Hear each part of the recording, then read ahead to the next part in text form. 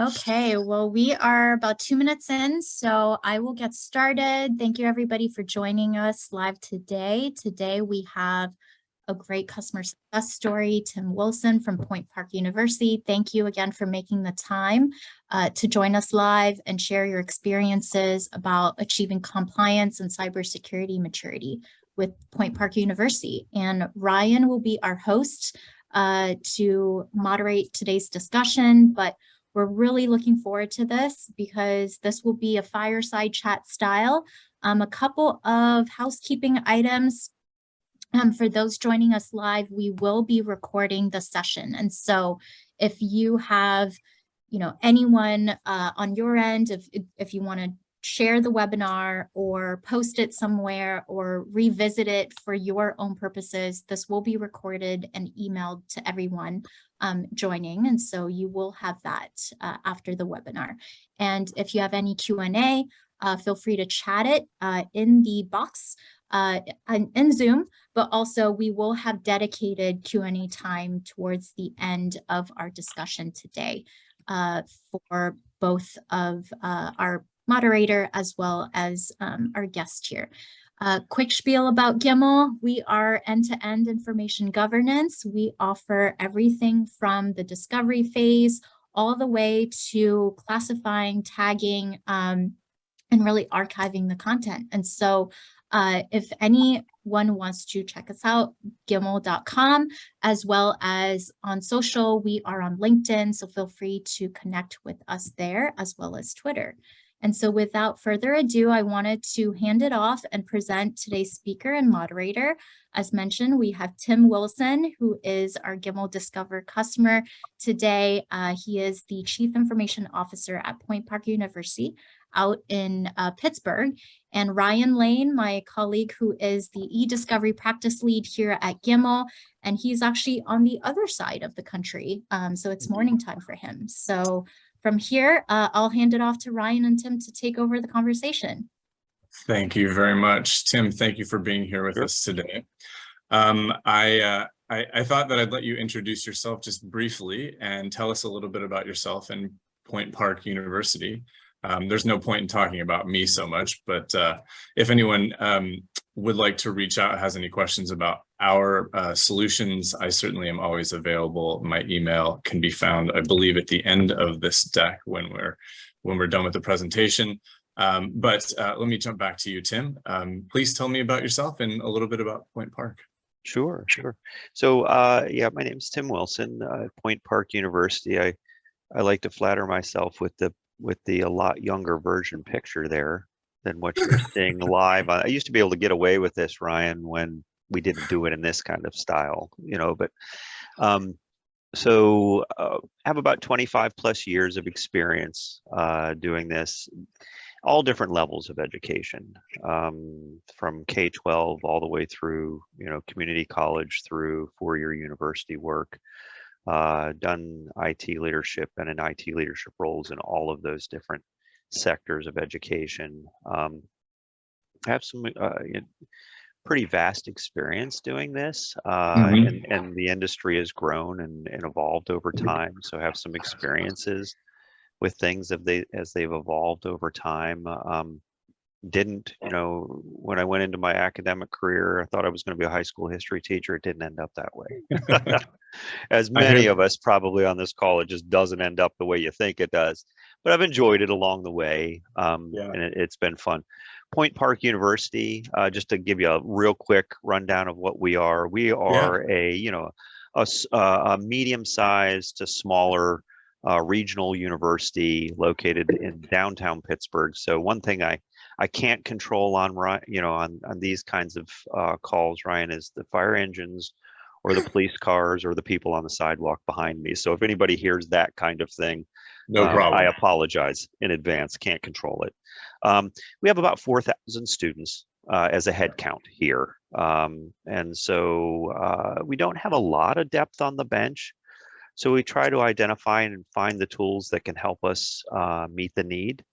And that's how we got involved with you, actually, and with Gimmal and the product that we use.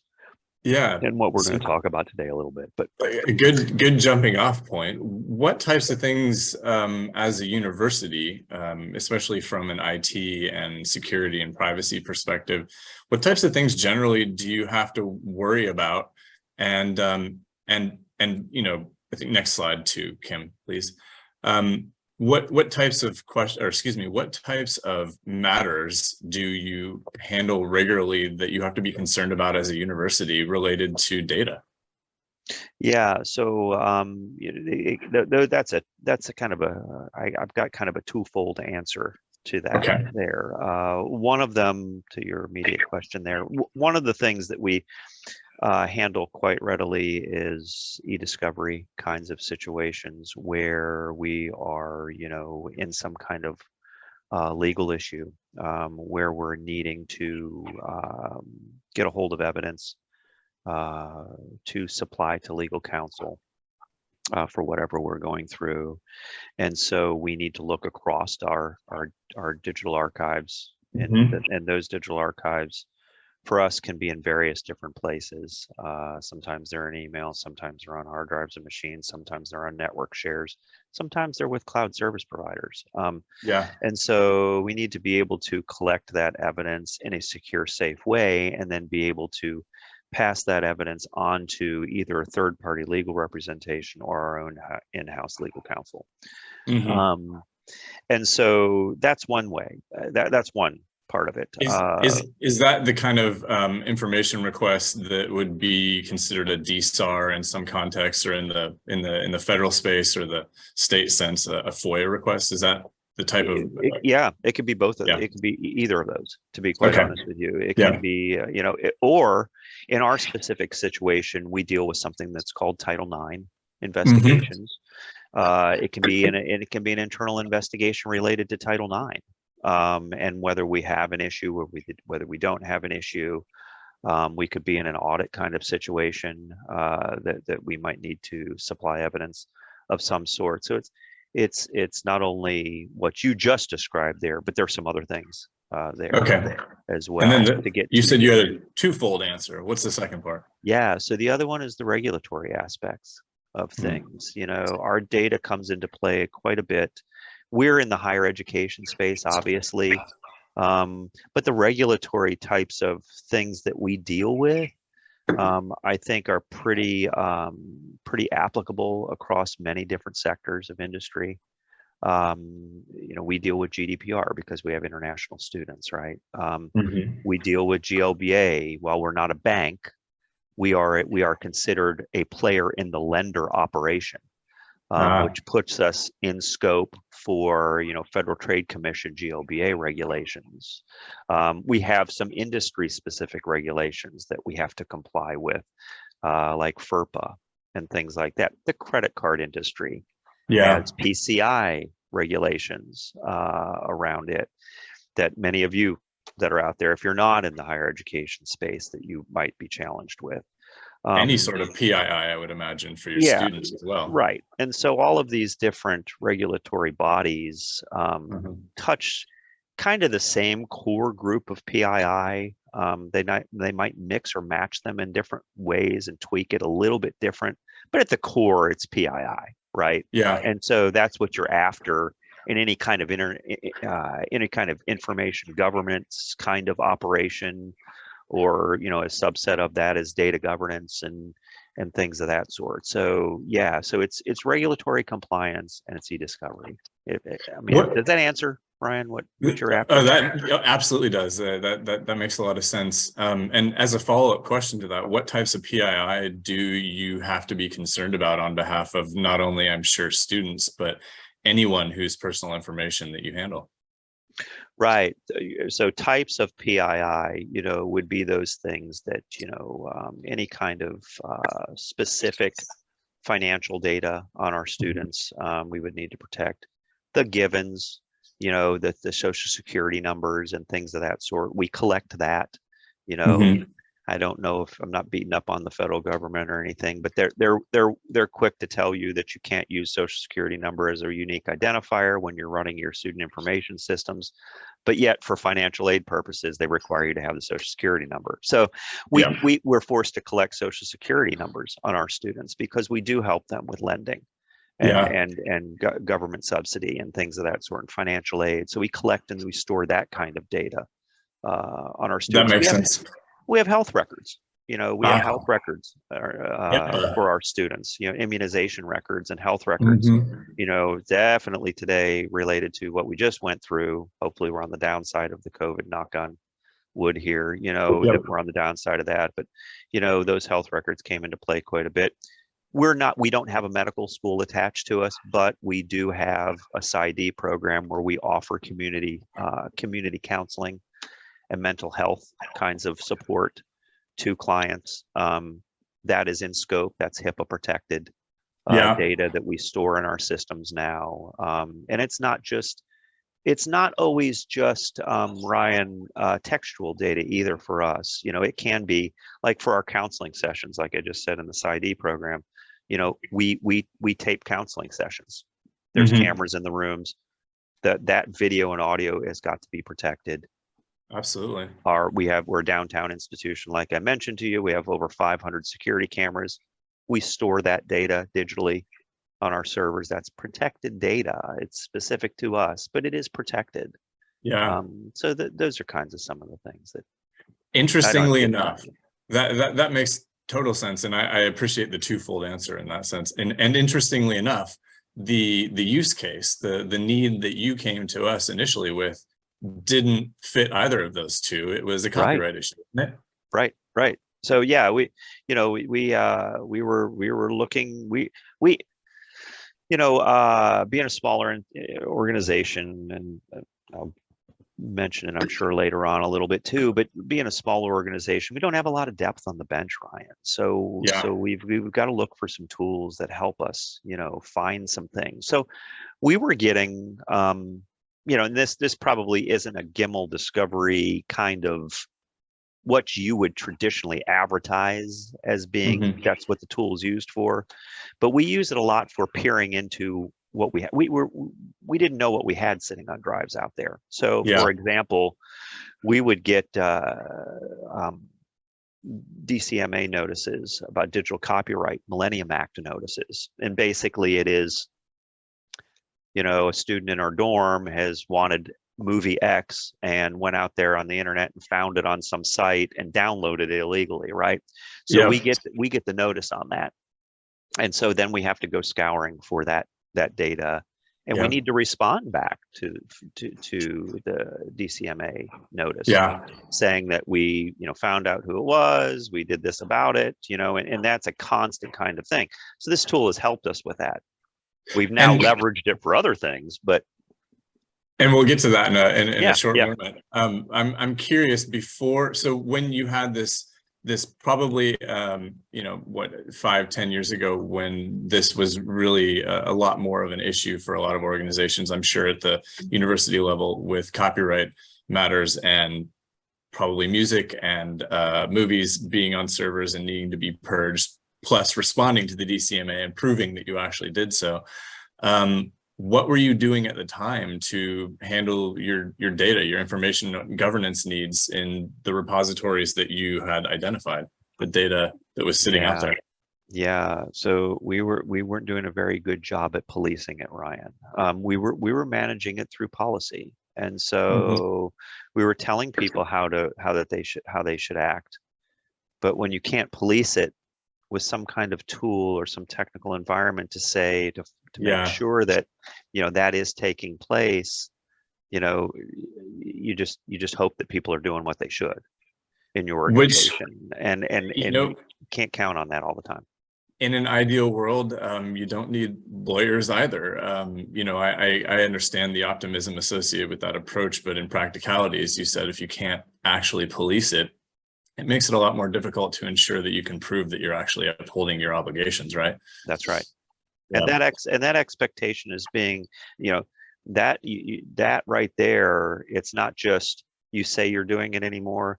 These regulatory these regulatory actions that are being taken now, it's not just a rubber stamp anymore. It's you've got to prove you're doing what you're doing. Yeah, that makes sense. That completely makes sense. So before we jump to the next question, I did want to actually touch again on what the pandemic may have done to your needs in relationship to information governance. So you've implemented Gimmal Discover a few years back. It's useful, as we discussed, in identifying certain file names, for example, across your multiple data sources. By the way, what are those data sources that you now are able to do a unified search with using Gimmal Discover across? Walk me through what that data looks like in terms of how it sits in your environment. Yeah, so we have, it can be the data that we're looking at or looking for can be in an email. I mean, we are an O365 platform, Mm-hmm. so it can be sitting in somebody's email box somewhere. Okay. It can be sitting on the hard drive of somebody's machine somewhere. The evidence or the archive can be sitting on a network share somewhere, or sometimes it can be sitting with a third-party provider as well. So Okay. there's different sources of where this stuff can be sitting. Yeah. But we needed an overarching tool because O365, let's be honest, O365 does have some data loss protection built into it. The problem lies, or the problem where it lied for us at least, was that it didn't always peer into all of the places that this stuff could be hiding out. Yeah. And so that was a big challenge for us. And so that's why we kind of looked for it. I mean, not to interrupt you, not to mention, in addition to M365 now, the unified online Microsoft suite, file shares, right? Right. SharePoint. There's Microsoft is oftentimes found in a lot of people's environments, a lot of organizations' environments, but that's not just where we store data. And I imagine that you have concerns surrounding data that lies outside of that specific data repository. So, I'm curious to know what other concerns you wanted to address in trying to find a solution. And again, if you feel, if you end up remembering it, if I don't touch on it again, how all of the pandemic needs changed as a result of going through that, and how you responded to that with the resources and the solutions that you have. Well, the pandemic, at least for this, the education sector, moved everything from about 5 miles an hour to 100 miles an hour, right? In a matter of a second, right? So education in general, over time, education is a slow moving train. There's other industries that have traditionally moved a lot faster than we have in adoption of things, right? And so the pandemic it seemed like in a 2-week period, we had to know how to take traditional classes that were here being held with an instructor in front of the classroom, just like we did it in good old 1950, and make it now the year 2020, right? So it made us move things very, very quickly. And taking an environment that was very traditional in, you come to work on Monday and you leave on Friday, and you do, to a remote kind of thing, was mind blowing for us. Yeah. So the security around that, the cybersecurity efforts around that, lagged.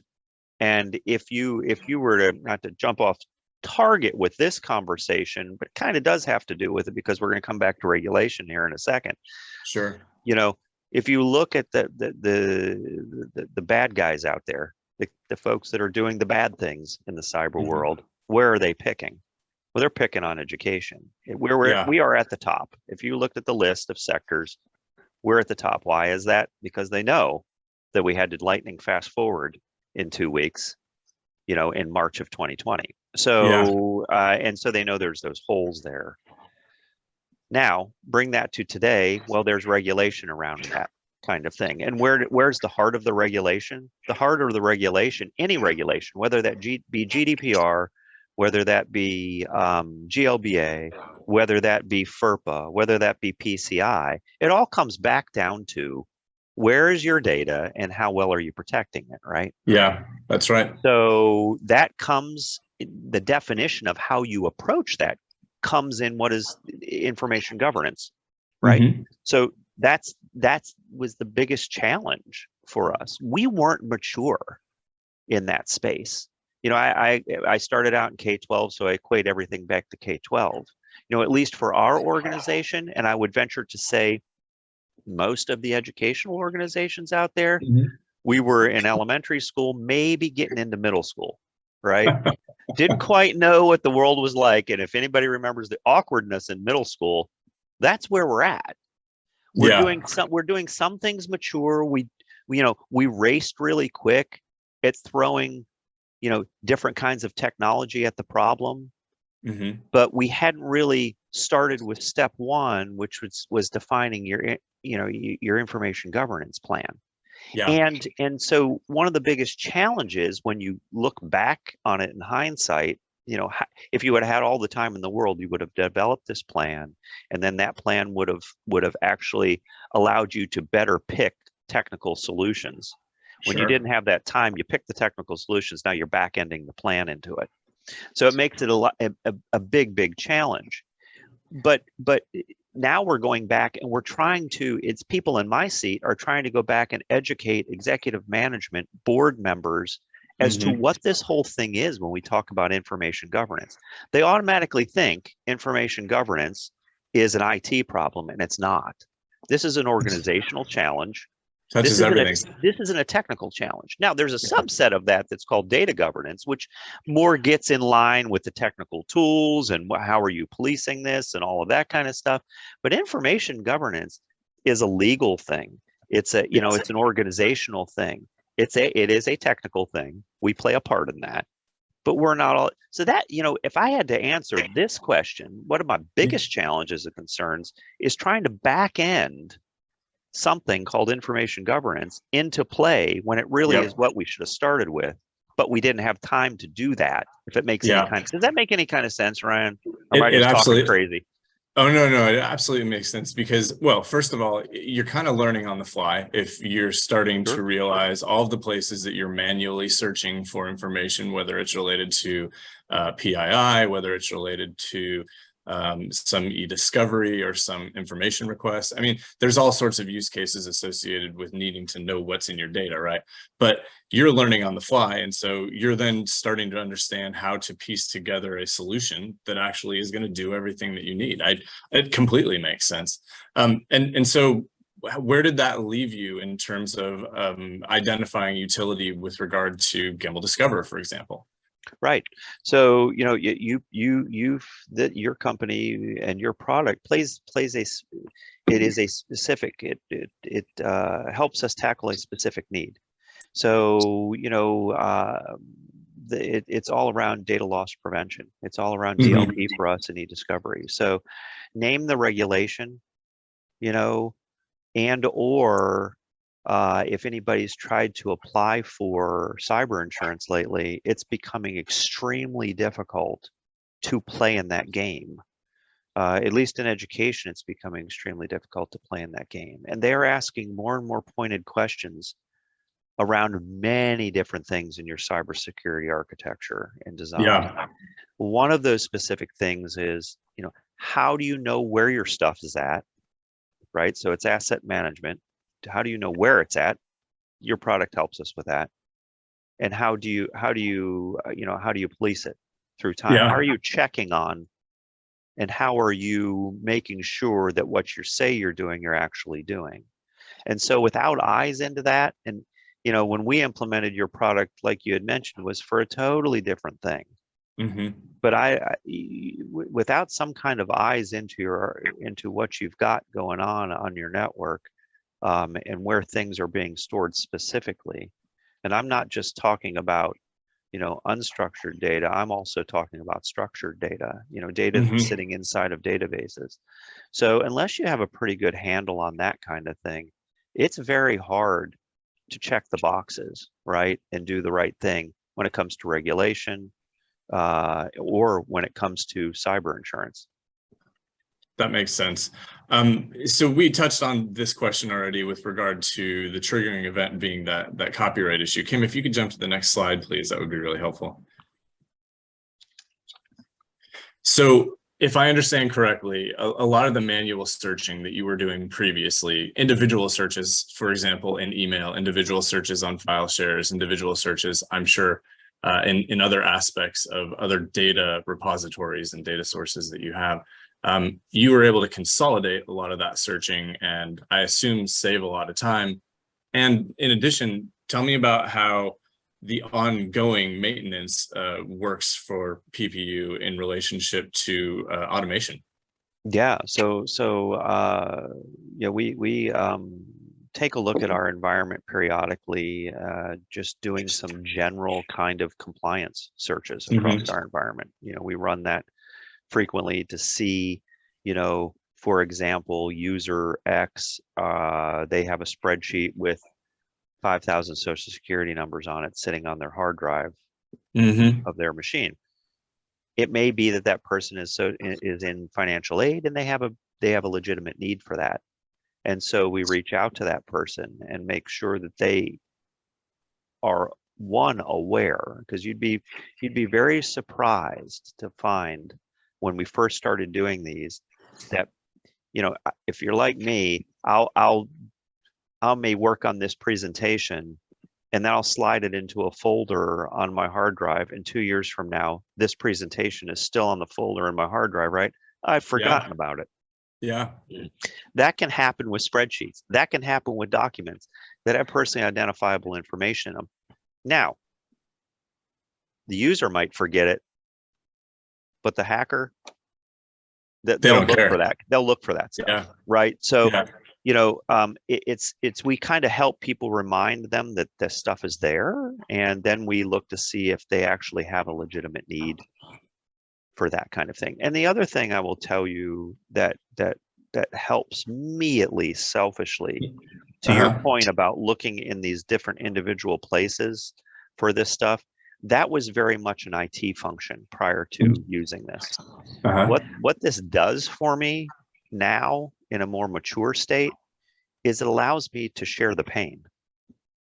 And so I can say, hey, we're swamped. We can do the technical aspects of setting up and maybe running the search, but hey, compliance office, how about you guys take a look at the results of the search and then, you know, and then approach the users. We don't need to do that. Hey, okay, we'll run the search for you. Hey, legal counsel, now you jump into the system and you take it from here. You know, that makes sense, and that actually brings us to the next slide. Interestingly enough, we'll come back to a couple other of the positive outcomes, because I know you have a couple more things that you'd like to share. But so you're distributing the pain, as you put it. Yes. You're sharing the burden of really information management and data security and data privacy obligations by distributing them across the individual working groups at your university that might be more close to the data, it sounds like. And so this obviously may have changed your working relationships with them. Yeah, 100%. You know, as I don't know in other industries, but at least here, prior to pandemic, prior to big regulation coming on and cyber being a big thing and where's your assets and all of that, you know, IT, you know, I always sum it up kind of like IT was kind of seen as like a utility. You know, we were no different than the plumbing and the electricity. Behind the scenes. Executive management, you know, knew that we were important. They didn't quite know why we were important, but they knew the guy down the street had one of us. So we must need one of us, right? So that has turned a little bit. We're now being invited to the adult table at Thanksgiving more and more. You know, we're becoming more and more of a strategic partner, Ryan, than we've ever done before. Or been, you know, so just are you by leading means the conversations? Are you yeah, leading the from time to time, you know, I very rarely did board presentations, you know, 5 years ago. Today, I'm probably once every quarter doing a board presentation, if not to the full board, to a subcommittee of the board. We are very much being seen as a strategic partner with the organization. That makes sense. And not just a cost center. Is there any correlation that you've been able to show the other working groups like legal and the executive leadership team, any type of return on investment, any type of, can you estimate how much money and or time Gimmal Discover has helped PPU save by helping with compliance, with regulations, with avoiding penalties? Yeah, so being the product, it's hard to put a dollar figure on it, Ryan, because the product does a lot of different things for us, and we use it in a lot of very non-traditional ways, as I've mentioned before. We actually use it, Ryan, for certain virus protection. We get intelligence feeds from Homeland Security. We get intelligence feeds from the FBI. We have a relationship with what is called the National Cyber Forensics and Training Alliance. They give us intelligence feeds on malware and vulnerabilities, where they will say, hey, this malware is kind of creeping through the education sector. If you have this file sitting anywhere on your network and there's a file name associated with it, I can use the product to go out there and search my hard drive spaces for that file.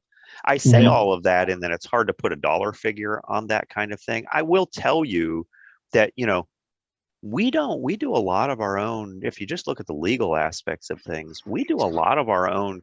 We don't hand I'm not beating up on attorneys, Ryan, because I know you're an attorney, right? So No we worries. don't have to send over 2,000 emails to a group of attorneys who charges us $500 an hour, right, to do this thing. We can kind of curtail these things down and get really specific on things and pay the attorneys $500 to look at emails that really make sense to look at, if that makes sense. So it's hard to put a dollar figure on it, but I will tell you it's a lot. Yeah, that makes sense. Adding all that up. Does that mean that you actually reduced your external counsel involvement after implementing Gimmal Discover? Oh, absolutely. 100%. Yeah, no doubt. We cut down on the time that we spend with them. We didn't, the product's not helping us have less engagements with external counsel. Sure. But what it is doing is limiting the amount of hours that external counsel spends on a specific case. And the amount of data you have to actually share and provide to them for review, because you're able to do ahead of time what they most often had done for billable hours in the past, I assume. Right. It's all the billable hours. Yep. Yeah, that makes sense. Well, and one of the other things I was going to ask you about is manual searching prior to having Gimmal Discover, which I think you may have touched on it before. If I haven't clarified already for those who are watching, it's a unified search. Obviously, allows you then to connect to a multitude of data sources in your environment and do one search across all data sources. Has that saved you substantial amounts of time compared to before you implemented it? Oh yeah, absolutely. Yeah. I can run the search. That I don't have. I mean, everything in the environment is, if anybody's technical, is really comes down to regex scripts, right? So I'm not it's a very nice graphical tool that it takes out. I don't need to know the regex programming language to run a search, a simple search against on keywords against my environment. And so it squashes that time down. Plus, it allows me to run, like you said, run it against multiple sources at one time. I'll set it running, and it'll run for a number of hours depending on the amount of sources that it has to kind of filter through, and then I come back and I get my results. The best thing about it, though, like I mentioned before, Ryan, is that I then can pass those results off to somebody else to parse through, because they're in a usable format. They allow them to spin through them really, really quick. I tell them, hey, go in and take a look at what we found here, tag what you want. I then export it in a way that, another thing that protects the metadata associated with that digital evidence, which is extremely important to make sure that you're not, doing anything to damage your chain of custody, to do anything to damage the actual evidence, so you get accused of something that you really didn't mean to do, right? It keeps you out of trouble like that, because there's a defined way in which the system protects that metadata as it moves from place to place to place to place, right? Very So, important from a legal chain of custody perspective. Sure, Absolutely. sure. Yeah. Especially if that metadata is operative to any relevancy in whatever matter you're dealing with at the time, right? Exactly. There was a follow-up question I had, and let me see if I can pull it from memory in relationship to doing repetitive tasks, doing regular searches for PII, for example. Tell me about how you use automation in the tool. And as a follow-up question to that, do you use the tool for retention policies? Yeah, so automation piece of it, we haven't quite got there yet with it. I do want to. I'm right now running these things manually. Okay. On occasion as needed. We run about once a month on the PII. Mm-hmm. I do want to get that into a scheduled kind of routine. I think that's going to be important to me. If you've already got the searches, that's super easy. Yeah, it is. You just go in and you kind of do it, right? So, but it has the capability of doing that kind of thing 100% for you. And then the second question was your retention policy. We do have a retention policy. Again, like I think when we started the conversation, the important thing to note there is that, the retention policy, it's a policy. Unless you have a way to go in there and kind of police that you're actually making sure that you're doing what you say you're doing, you can't really do that unless you have the tool. So the retention, this tool helps me do that kind of thing. It takes a look. I can take a look at age of documents in there, and we're not to the point. We're not mature enough yet to go in there and like automatically delete things or remove things and move them to a second place or something like that. We want to get to that point to limit the exposure scope of our organization. That makes sense. We're just not there yet. If I started going in and automatically getting rid of files that we identify, I think we'd have people naked running in the streets. Probably some conflicts there. Well, we're happy to speak with you down the road when you're ready to help implementing those. To the slide on the screen currently, what unexpected or surprising benefits have you also been able to achieve through implementing Gimmal Discover? I know you touched a moment ago on cybersecurity and being able to find virus files, for example. Tell me a little bit about this unexpected use case that you found in Discover that has become very useful to you. Yeah, we actually had a malware incident on campus that we engaged our federal partners around, and they we didn't have a very, and this was right before COVID hit us, and we weren't very mature with our network design. So anybody technical out there knows that if you have large broadcast domains, things can spread really quickly. They're not very contained.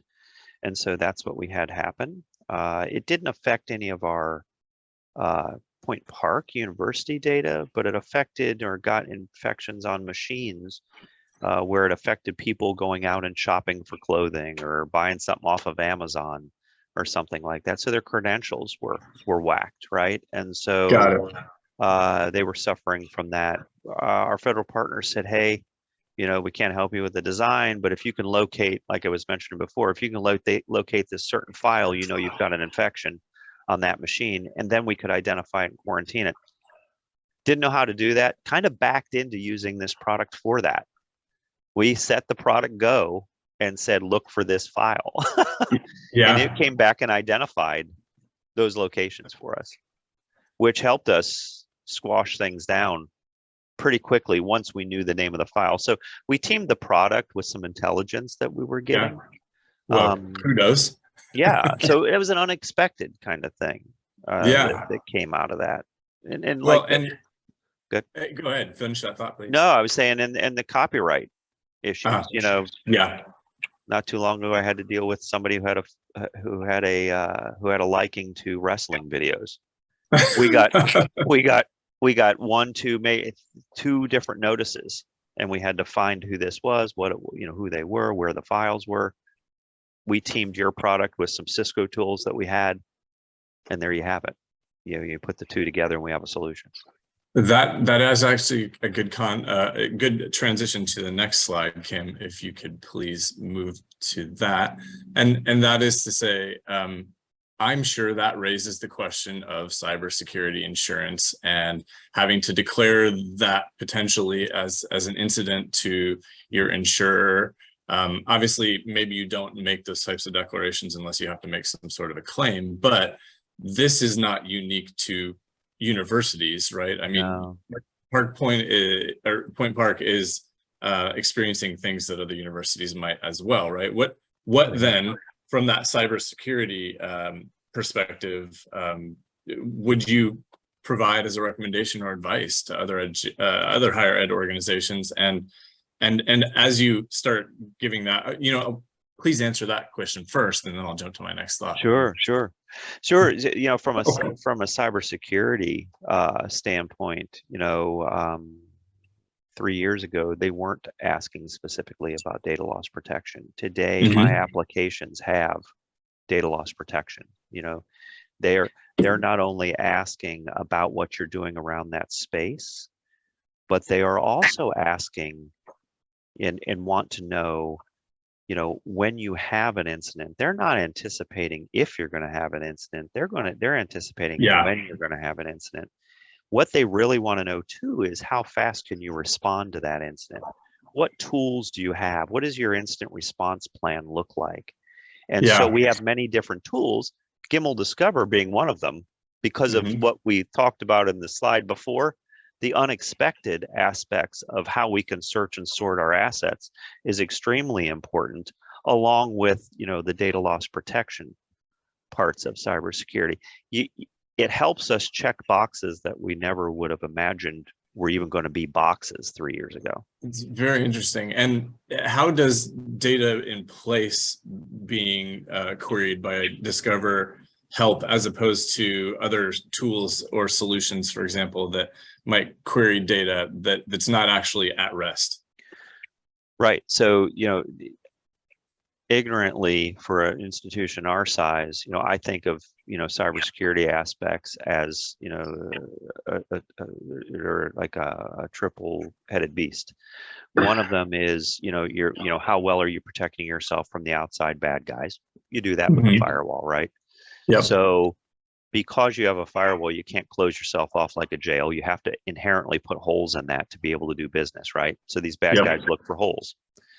Once they're in your network, there's one of two scenarios in my mind that play out. There's two of them, and you mentioned them. One of them is these bad guys are in there and they are in transit moving from A to B.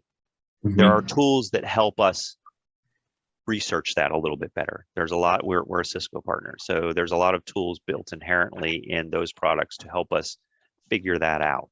We run SIM tools to help us apply artificial intelligence to patterns of movement and things like that to help us ferret that stuff out. Sure. The other one is like I said, it's once you're inside, there's two things you think about. It's the in transit, and then in order to do any damage, they got to land somewhere. Yeah. So then you have your antivirus and your endpoint detection and response efforts on those different machines to kind of ferret out when you have a situation like that. And a tool like Gimmal then allows us, once we take in those feeds, either from a federal agency or from our own discovery, what we're looking for, we have to have a tool to be able to find it. And so it plays huge in that. And I actually, when I'm filling out the cyber insurance applications, I go into great depth to explain how we use the tool to do those kinds of things. And I feel like it helps us. Well, and something you touched on before, the National Center for Forensics and Training Alliance sounds like a really great way to preemptively be not only prepared and get notifications when things come up, but be prospectively thinking long-term about how to structure your technology solutions for security purposes. Tell me a little bit more about that organization. It sounds to me like that paired with Discover And obviously a lot of the other tools that you're using, Discover in particular, being able to find things at rest, though, seems like a pretty valuable tool in the sense of cybersecurity. Please, I'm going to stop talking so that you can jump in. Yeah. So yeah, that's an organization that's located in Pittsburgh. They're a national organization.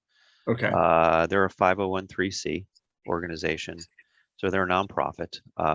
They came to be right after 9/11, Ryan, when we figured out in this country that our federal agencies gathered a lot of great intelligence data, but they gathered them in silos. And so they're kind of one of their big missions and visions is to cross-pollinate intelligence data between those agencies. So if you walk to their operation, their headquarters over in Pittsburgh here, you'll see representatives from FBI, NSA, CIA, Postal Inspector. And how are they interacting with you? Yeah. So, so we created in Pennsylvania through their Association of Independent Colleges a collaboration, a consortium. There's about 34 universities right now. We have a waiting list of about 10 others who want to join this collaboration. And so we are all now members of that. So we have representation and have cleared intelligence channels with them that they feed us information.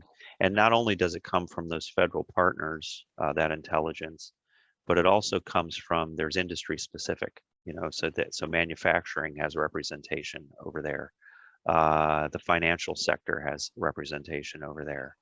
And so their intelligence, there's trusted relationships between us all, because there's some things that we see in higher education first that are partners, because you're a target, right? That are partners in the financial industry may not have seen yet. And so we share that back, and then they share things with us in an unclassified kind of way, right? Sure. I don't need to know the name of the guy in a foreign country somewhere doing the dirty deed, right? And I don't need to know what street they live on. I just need to know how to protect my network, right? So it works very, very well like that. And so once we get that intelligence, we get daily feeds from them, and they will spell out from time to time. They'll be pretty pointed and prescriptive as to what you should be looking for on your network. And so we set the tool going on that. Nice. And looking for those things that we might be looking. We might be looking for an email that has certain words in it. It could be a phishing email, that we have. And I would imagine that given that there's so many of you universities in this cooperative, you may see things before some of them do that are sent out as notifications, and you can probably report back to them and using a tool like Gimmal Discover and be able to actually be proactive in helping other universities as well. I love that cooperative nature of that organization. It's been a great thing. One last thing before we get to, I wanted to leave a little time for Q&A. I know you'd mentioned Title IX, and there's obviously other regulatory compliance that universities like you have to maintain. And this kind of goes to the question on the screen, which is any other recommendations you have. There was one time you and I were talking not long ago, and you mentioned that in the very near future, to qualify for federal financial aid through FAFSA, there might be a lot of universities that are not quite prepared at the level that they need to be for regulatory compliance. And I just wanted to know if you could touch on that for a second. Sure. So the latest one that's giving us all heartburn in our industry, at least, and it's not just our industry, it's any financial institution, like banks have been dealing with this for a while. It's hitting us in the education sector because we award financial aid, to your point. So we now are in scope with what is called GLBA regulation.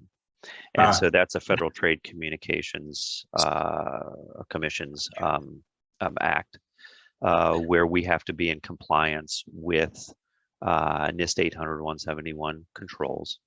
And there's some specific themes around that. And one of the themes around that is taking hold of your digital assets, understanding where they are. Do you have some kind of organized effort at identifying and organizing your information that you have in your network?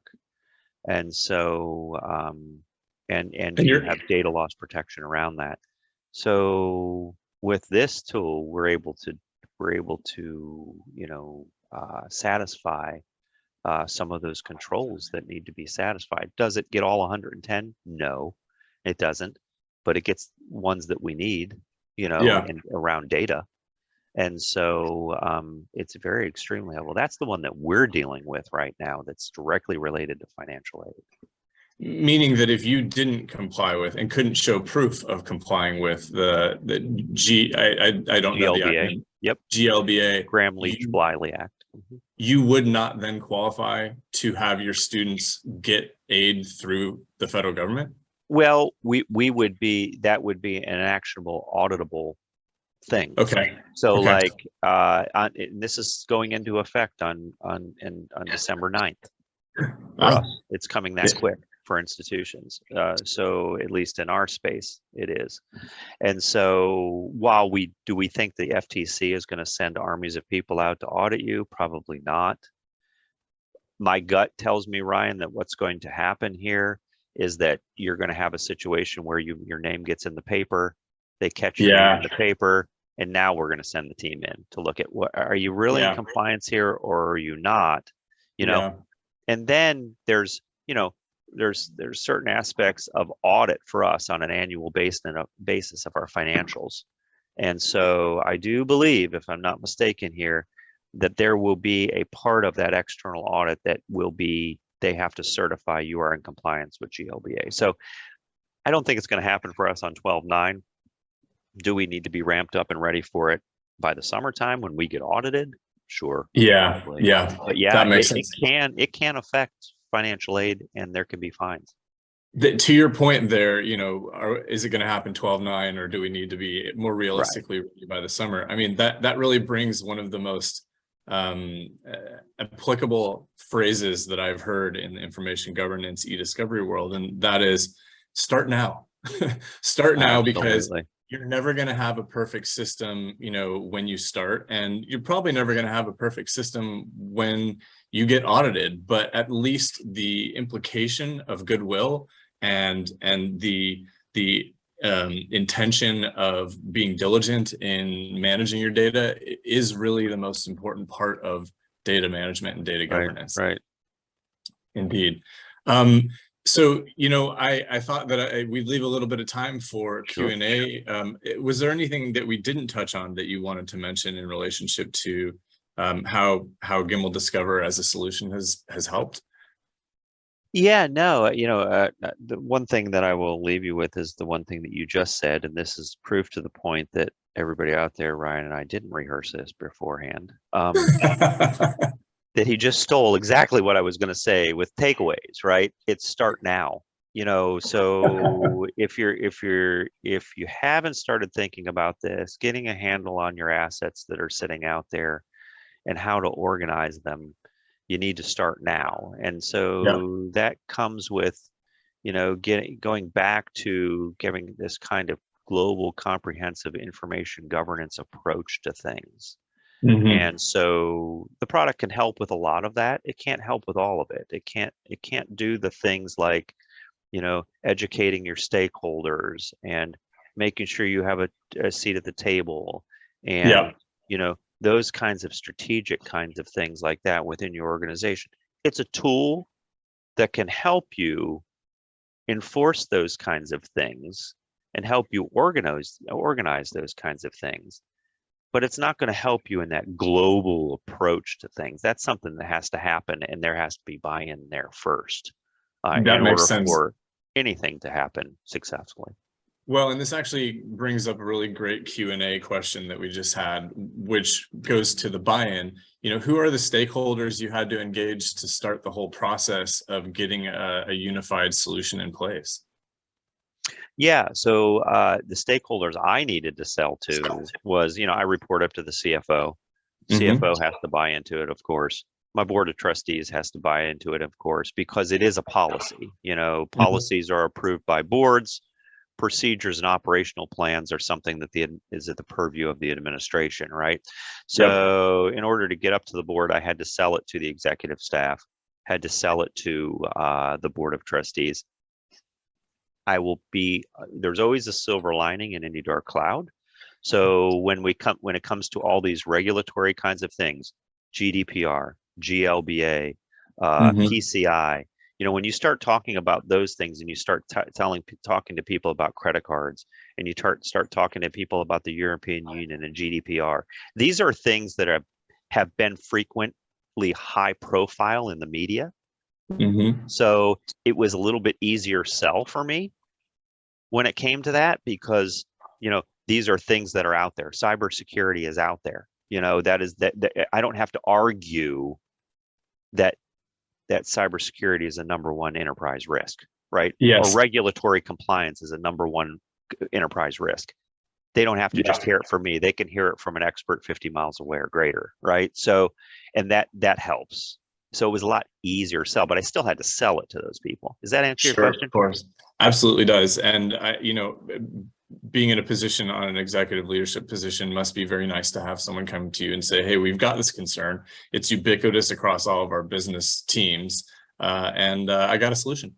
Yeah, very nice. Yeah. Any other Q&A questions that anyone in the audience may have? I'm going to give a couple seconds here, Kim, and see if anyone has anything else to ask.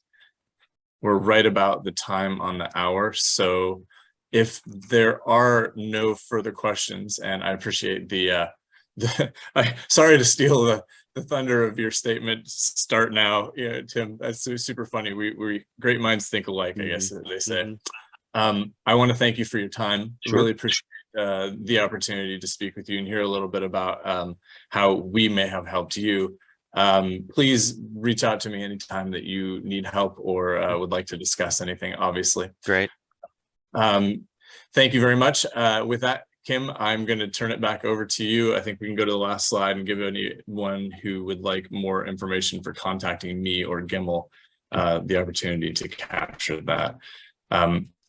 My email that's not on here is Ryan, RYON.Lane, LANE @Gimmal.com. If anyone has questions or would like to reach out to me about any information governance or eDiscover matter. Tim, thank you so much for your time.